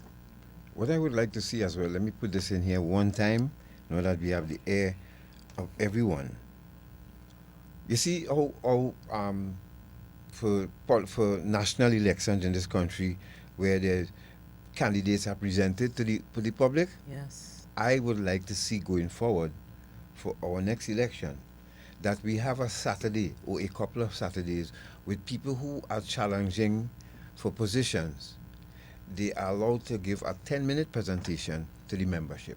I no longer want to vote blindly. I want to have a choice, an informed choice. So if someone, let's say, wants to challenge the role of public relations officer, they must be given that opportunity to face the membership and do either a PowerPoint presentation or oral presentation saying what they bring into the table. Yes. And that should be done at least 3 months before the election. so that I could go home now and compare apples to oranges and say, well, yes, this person gave a better presentation, and I'm going to vote for this person for public relations, for welfare, for president, vice president. I think you should stand in front of the membership and show cause why we should select you and vote out the incumbent. This is what I would like to say. At the same time, the incumbent should have a presentation of what they accomplished for the 3 years they were there. Right. Yeah. I think to make it more democratic and fair and safe, I think that's the way it should be done going forward. I don't want the normal run-of-the-mill, well, we have a meeting a week before the election and then next week is election. That don't give those in time, because I remember the last campaign is only of the last week. The people who are for themselves for membership, to be elected, they weren't given a fair opportunity to present themselves to the membership.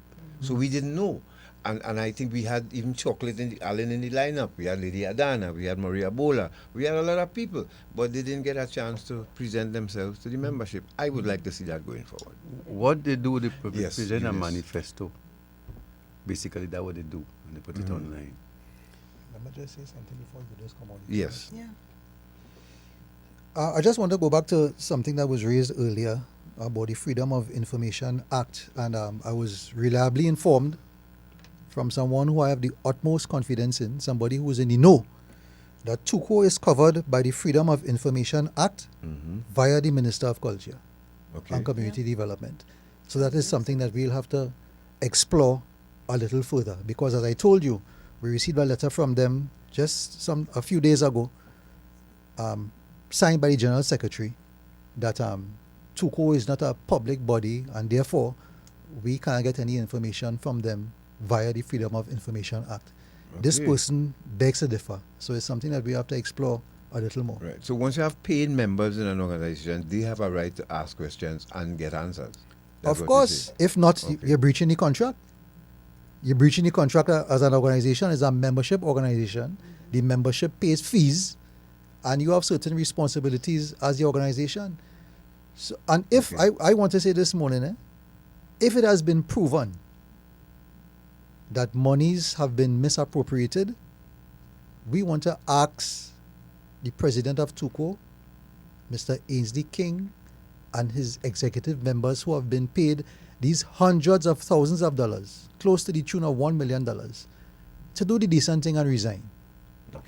Do the decent thing and resign. And in addition to that, the same way that Ainsley King said that he reimbursed himself with TUCO money to pay his rent, we would want Mr. King and his executive members to reimburse TUCO and return the money that belonged to the taxpayers. That is what we want. Okay. Let's go to Ms. Peters. She's on the line. Thank you for holding. Ms. Eunice Peters, good morning to you. Hi, pleasant morning, God. Pleasant morning to the panel sitting there. Morning, Eunice. Let me first apologize, guys, for not being there in person. But we all know that we hold the hat of being an entertainer, as well as our normal duties. And yesterday was just one of those days that I had a lot on my plate. That was concerned. I got in into the wee hours of the morning. So I humbly apologize for not making my personal appearance there this morning on such a very important discussion that I think needs to be had for the public to be made aware. So tell us, what would you like to see happen going forward, Ms. Peters? So my thing that is that first and foremost, TUCO is a union that represents the Palestinians who would have paid dues to them. What does a union do? A union is placed there to represent the workers, or in this case, to represent the membership. So break it up. And that's the observation, but I can only speak to myself. The executive board has not. Hold on. You're breaking up. Yes, you're breaking up a bit. I am very still. I don't know if it's where I am. I'm probably trying to change my location in my house. Right, we hear you now, so try and go ahead. Let's see what happens. Yeah, what I was saying, God, is that TUCO is a union. A union is placed there to be able to lend support, to be able to defend, and to be able to do a lot of other things for its membership or its workers. For quite some time now, the executive of TUCO has not been operating as if they represent the membership of TUCO. That is my first grievance there. And at the end of the day, because we had a whole lot of different things happening, and we had our very union, here it is, we have issues, and the very union that represents us keep blatantly refusing to speak with us. They blatantly refuse to give up the information that we're asking for, because according to their last letter, where they're saying that under the Freedom of Information Act, they're not obligated to produce that. But under the TUCO's constitution, the members, any financial member, can make certain requests.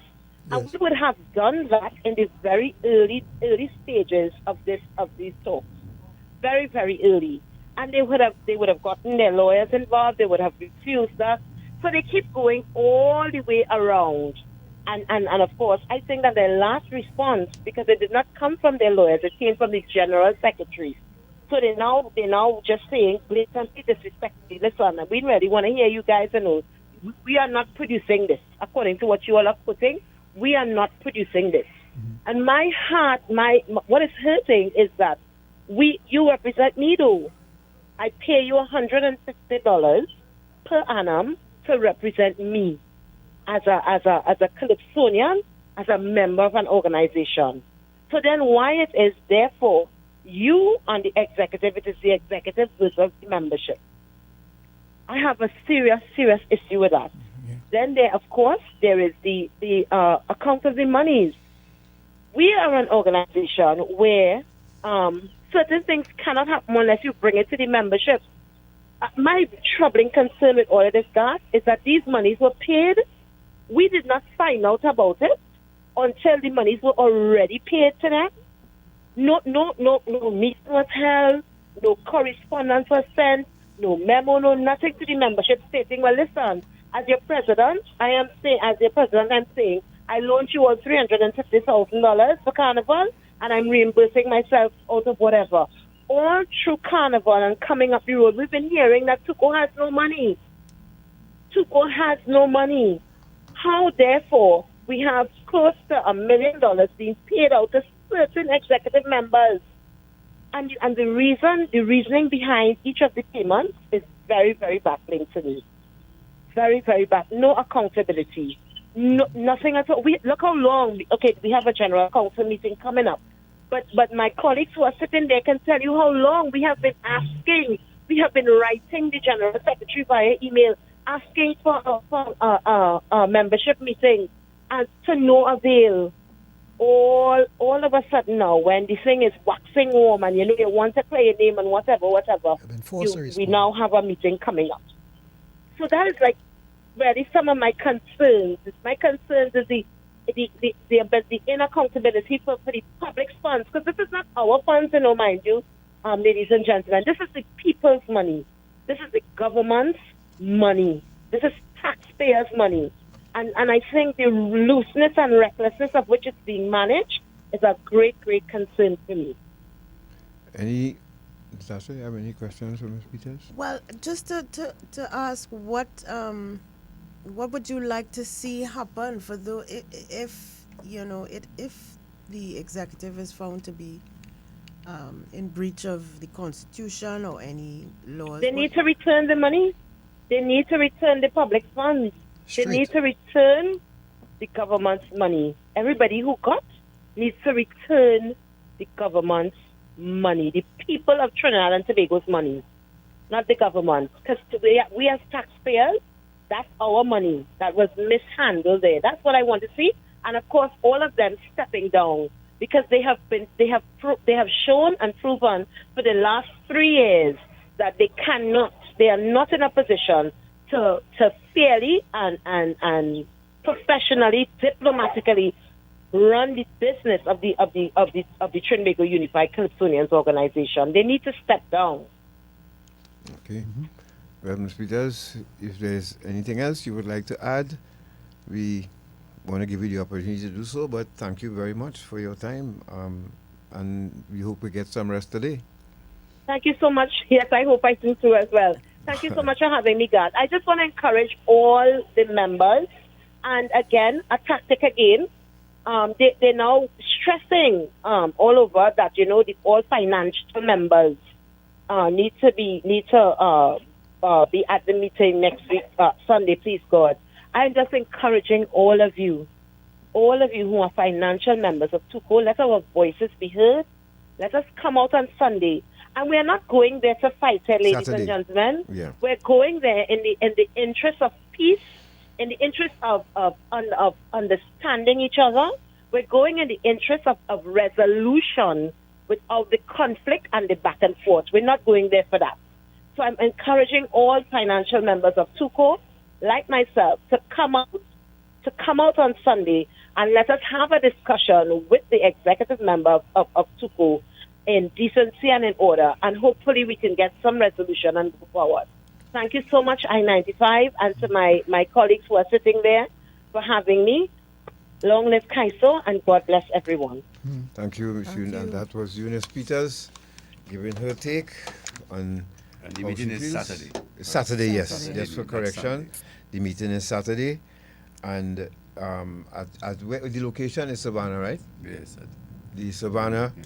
What time? 9 o'clock? Yeah, 9 o'clock. And please come on time, you all. Because there's another problem with people. Please try and come on time. And let's have a quorum this time as well. Because, Bali, somebody made mention about the stalwarts who are still a part of the art form. Why isn't it that they are not seen at meetings when meetings are called? Good question. Yeah, Bali, don't run from the question. Come out now. Good question. Yeah, why? It's time to come out. The stalwarts. And I'll tell you something here, because I heard the president put a question to the media sometime last week, asking who does Bali and I represent, or who do we represent? I hear he put that question to the media last week. Yeah. Well, I want to inform him that right now we have a very vivid WhatsApp group, including senior Calypsonians like Chalky, like Luther, like Delamo, senior Calypsonians, who is taking a keen interest in what is taking place. Right? So this is not about just Bali and I. When we speak on behalf of the financial members of TUCO. Yes, I would like to ask the president who he represent. Who he representing? He questioning Bodyguard and me. What about who he representing? He representing himself. You don't meet with the members. You understand what I'm saying? So he's out of place to ask a question like that. Address your membership first before you attack anybody when it comes to representation. What we also find very interesting, these monies that have been paid out to certain people, you realize that it did not apply to all members of the executive. And we find that very interesting. What was the criteria used to pay these 4 or 5 people? I could answer that. Because apparently there are people on the executive who did not receive any monies. Okay. Greed. Greed on steroids, that's what I said last time, is greed. Greed on steroids for a few. For a few. Because there are people in the executive who were not recipients of any money. They didn't even know. Okay, well, gentlemen, in keeping with our mandate, Shortman, go to that video quickly. And we're showing this for a reason, and you all know why. But when look at this, there was a young lady walking the streets. Video, yeah. It's short. Close attention. Look at this. This young man walks up to her, grabs her hand, pulls off her bira, and walks. She just woke up just now. Well, she's shocked. That's shock, you know what I mean? I don't think she even raised an alarm or anything. Yeah. Because you see the friend who's walking next to her, she just continue walking and she know nothing happened behind her. Because you could get killed for your own beer. Yeah. Yes. You understand? So it's better you play, look, the Kong that lost. Now, 2 questions we have here, folks. We have been asked. Look, the 2 men going back working normal. What they are doing there? Yeah, Is because music they he played? didn't see anything or hear What's anything, this? more importantly. Yeah. That would have Snatch, grab her hand, caught their attention. take off the bracelet, And walks away. Casually. and walks away. People have become so numb in this country. They probably that's probably a regular sight for them, you know. Yeah. So it's nothing, you know. Now, here the question I want to ask folks, so those of you who listen to Independency, my burning question is he on drugs or is he a natural bandit and he's a natural thief? You see, either way, we will have some answers. We'll be able to collect data. Like, for instance, there was a story a couple of weeks ago where a young man went into a police station to fix the AC. and saw a camera and stole the camera. Now, this is not a police station I'm talking about, in the heart of Port of Speed, right? Now, here's my thing. If I was in his position, when I was on crack cocaine, I was doing the same thing. Now, because of my habit, I had to steal. He did that in a police station. Knowing a station would have cameras, knowing that he was alone in the room, now we could get some data from him. Is either he's on drugs or he naturally is a thief. Goes back to, again, doing research on why people do these things. And we're not doing that. We're not collecting that data. And if he was arrested, did they do a drug test on him? You see, folks, we have a lot of drugs floating around in Trinidad and Tobago right now. And we don't know if it's these drug motivated or these people are just natural thieves. Either way. Or someone just saw an opportunity to make some money. I mean, he may not be a thief, so to speak. He may not have been charged. No, I'm saying, of course. He may not be a thief, Natasha. I'm not. No. Let me say this. No, let's do what I'm saying. No, I'm just saying he may not have been arrested or charged with robbery in the past. He may be a thief, yes, but he saw an opportunity and took it, right? Whether he is that make him a thief. But the question that God is asking is if he is caught, are we going to find out why he's a thief? The secret What in the makes blood. him? What prompted his decision to steal? Yes, I keep saying the secret is in the blood. So we need to start collecting data, folks. We're not doing that. We're way behind the rest of the world where that is concerned, and we bring it to the fore again. All right? God. So, gentlemen, we are almost at the end of the program. Bali, let's start with you. Seeing that you start this whole bacchanal here. 2 hours so short, but yeah, boy. Yes. Seeing that you start this whole bacchanal here. Bali. Let's start. You want to take some? Let's Tamika, we have time for a few calls. We could take a few. 622-3937. I was going to trying to protect bodyguard and body from the No. I welcome the calls.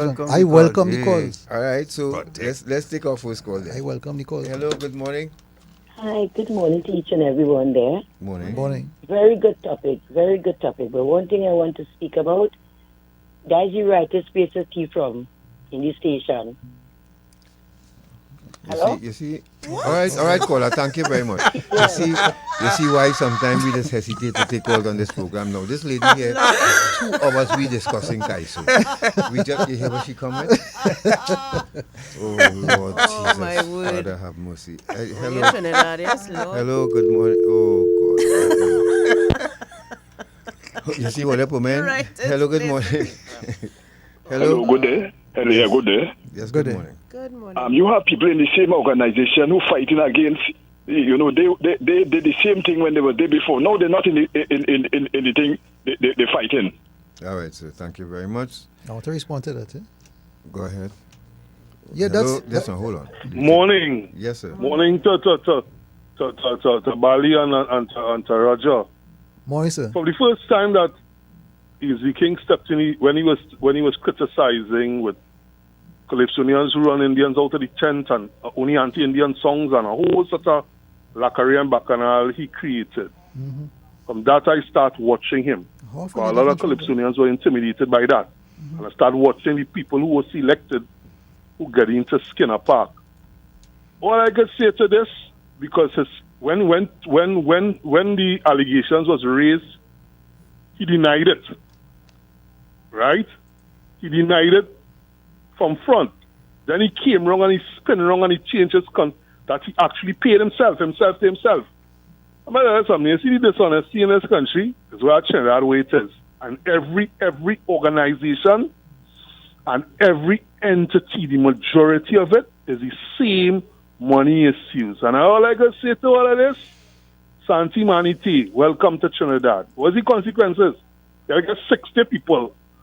Out of the 60% is how much Calypsonians, Bali and Roger listen of you. Well, I think the membership is over 600 people.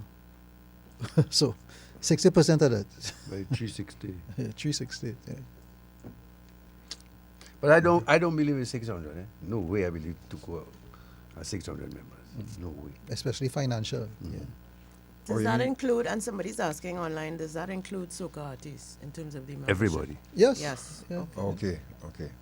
So musicians as well are members of TUCO too, or would you just tell me? Yes, musicians are members of TUCO also. Yeah. Mm-hmm. Okay. So we take one more, 622-3937. Hello, good morning. Hello? Hi. Yes, you're live on the air. Again, my husband give back the cars yet? Okay, thank you for calling, ma'am. Yeah, we expected it. Yeah, we expected it. The reason I welcome the calls, I don't want it to be said that Bali and I come and sit down here for 2 hours and talk and then we run without facing the public. That is why I welcome the calls.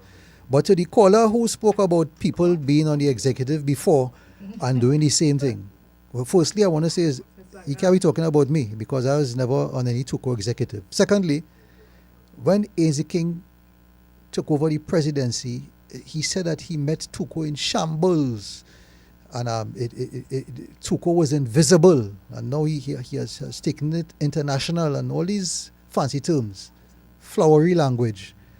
But as I said, you were vice president for 8 years, and when you became president, the stagnant position that you found it in, you didn't do anything to change it. You just kept the status quo and did the same thing that you accused your predecessors of doing. You didn't change it. So then what's your purpose really? Let me add something here. In all my executive tenure in TUCO, even before that, when I formed the committee of 10, until I resigned, I was never paid a salary. On the contrary, TCO, when TCO was first formed, they had no telephone. On their letterhead was my telephone number, 674-5750. My telephone bill running to thousands. The two people who had telephones were Andrew Boyce and myself. Andrew Boyce was reimbursed $2,000, part of his money he spent. I was never reimbursed a cent. I was never paid a salary in TUCO. That happened after the Act of Parliament when they started to run money. So I was always a volunteer. So don't come and tarnish me with some kind of doutages. Tosh, I personally, I've been a member of this organization ever since Akil Okpara had his stall on Banlara Promenade. But I don't even remember who Akil Okpara is. I was introduced to TUCO in 1982. Akil, yes, deceased Akil Okpara. Yes. But you know what I'm talking about? I do so. You know what? Nah, man, shame on you. You know Akil? Because it's Akil, brother Akil. Mr. African. Say brother Akil, man. Brother Akil, all right. Well, Akil Okpara, that was his name. That was since 1982. And I will never forget rubbing shoulders with the stalwarts of Calypso at Radio Uprising in the People's Mall. That was Resistance, and Mandela had their radio station there. So, and I have loved this art form and the people in it ever since. A lot of things have happened and I've kept it to myself. As bodyguards say, I get sick, I buy my Panadol, my wife slapped my head, and but I love it bad. Going forward, all I want to see is the best for this organization, and everybody could come together.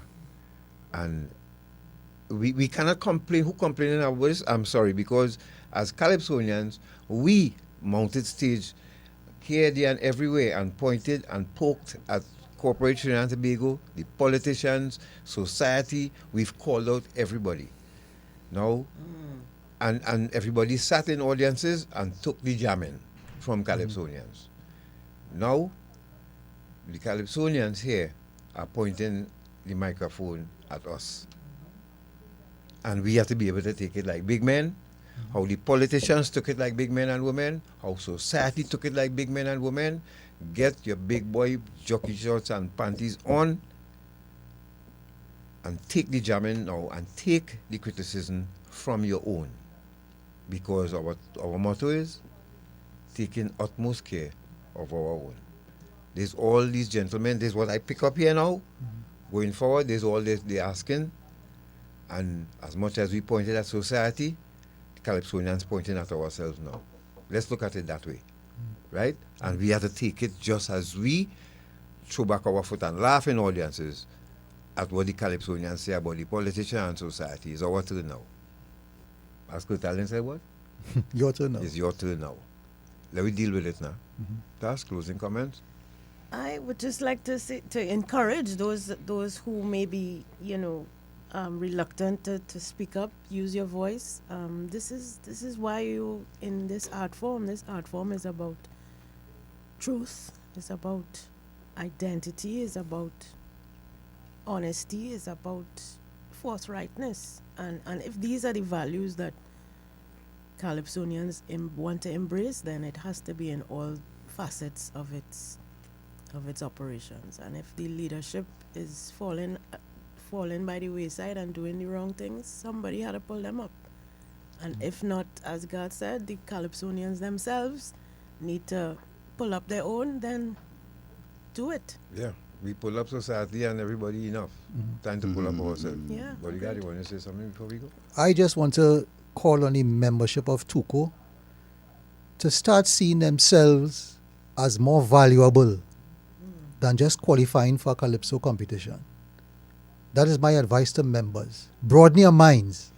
Start seeing yourself as more valuable, much more valuable than just qualifying for the Calypso Fiesta or the March Gras. And if it is the TUCO administration is not in a position to offer you anything more than that, well then maybe it's time for you to change the administration. Mr. Ballantyne, closing remarks?